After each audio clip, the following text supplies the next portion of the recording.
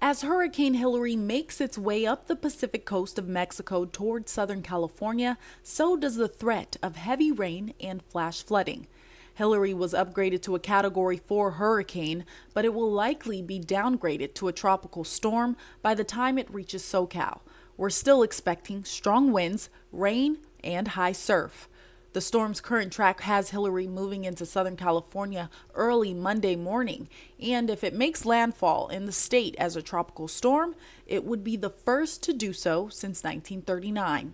The coastal areas in SoCal could see between 2 to 2.5 inches of rain, in the valleys 2.5 to 3 inches, in the mountains 4 to 8 inches, and in the low deserts 4 to 6 inches. Rough surf will also be an issue along local beaches, which could lead to beach erosion.